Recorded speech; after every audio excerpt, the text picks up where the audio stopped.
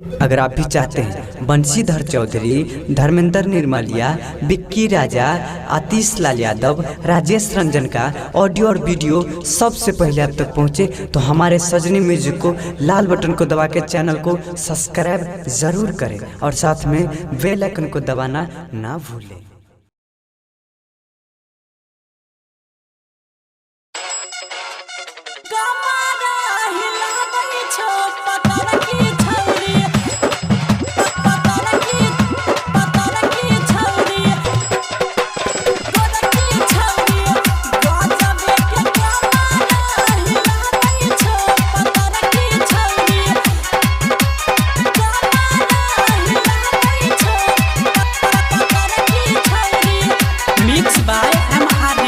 Studio अग्रपट्टी चौक।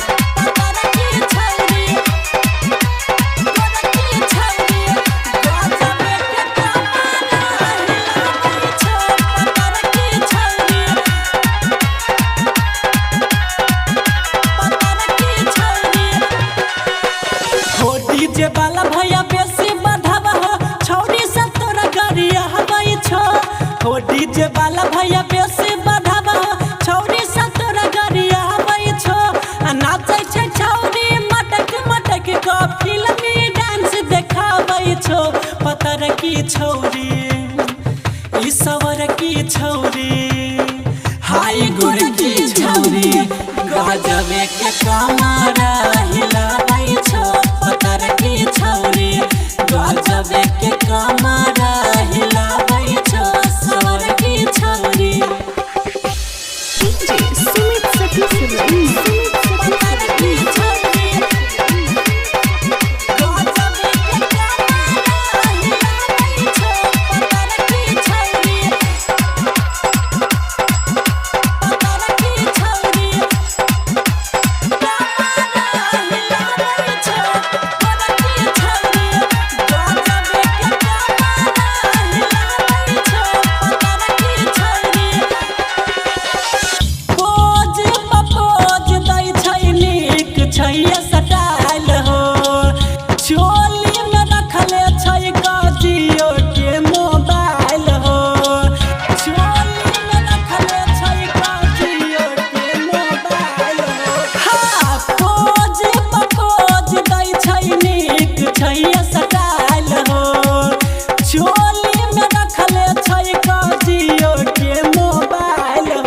सीना से अपन दुपट्टा हटा के सबके मन हरसाबै छै।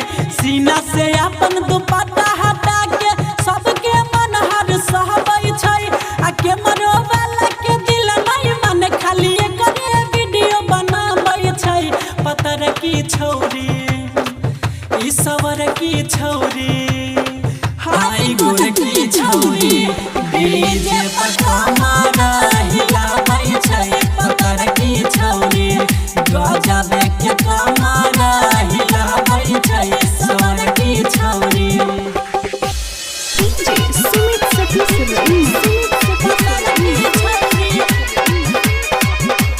गजबे के कमर हिलाबै छै। पतर की छौरी, पतर की छौरी कमर हिलाबै छै। पतर की छौरी गजबे के कमर हिलाबै छै। पतर की छौरी गोरे गोरे गाल एकर करै छै बाबाल हो। लगै छै कि हाय कोनो हुस्न के जाल हो। लगै छै कि हाय कोनो हुस्न के जाल हो। हाँ गोरे गोरे गाल एकर करै छै बाबाल हो। लगै छै कि हाय कोनो हुस्न के जाल हो। होठ के लाली, कान के बाली, पैर के पायल छमकाबै छै। होठ के लाली, कान के बाली, पैर के पायल छमकाबै छै।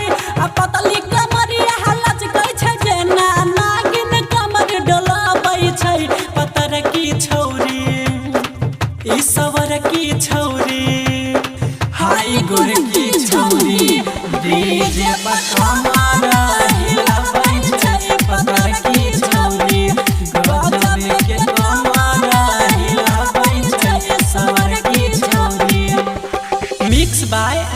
रिकॉर्डिंग स्टूडियो अग्रोपट्टी चौक।